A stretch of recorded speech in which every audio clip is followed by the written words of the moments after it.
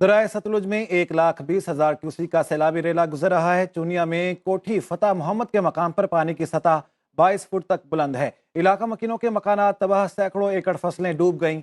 मजीद जान लेते हैं सुनो न्यूज़ के नुमाइंदे अब्दुल गफूर अंजुम से, जो इस वक्त दरियाए सतलुज पर मौजूद हैं। जी अब्दुल गफूर, बताइएगा इस बारे में।